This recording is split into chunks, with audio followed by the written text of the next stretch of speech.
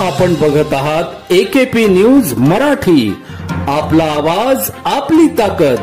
Subscribe करा, share करा, like करा. AKP news Marathi. नाशिक जिल्ह्यातील इगतपुरी पोलीस ठाण्यातील पोलिसांनी उल्लेखनीय कामगिरी करत 15 लाख रुपये किमतीचे 10 मोटरसायकली चोरट्यांकडून हस्तगत केल्याची कामगिरी केली.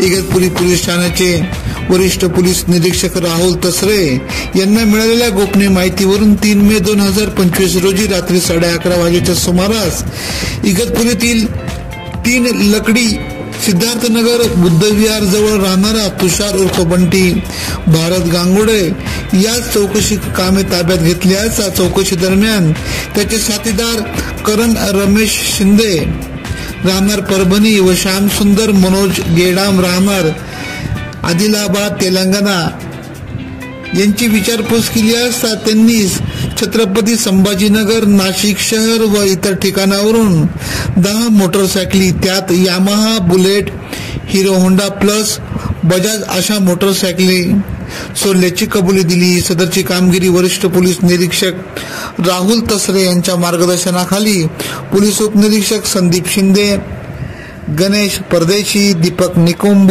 नवनाथ शिरोळे, कृष्णा गोडसे आदींनी केली. AKP न्यूज साठी ब्युरो चीफ अनवर खान पठाण, नाशिक.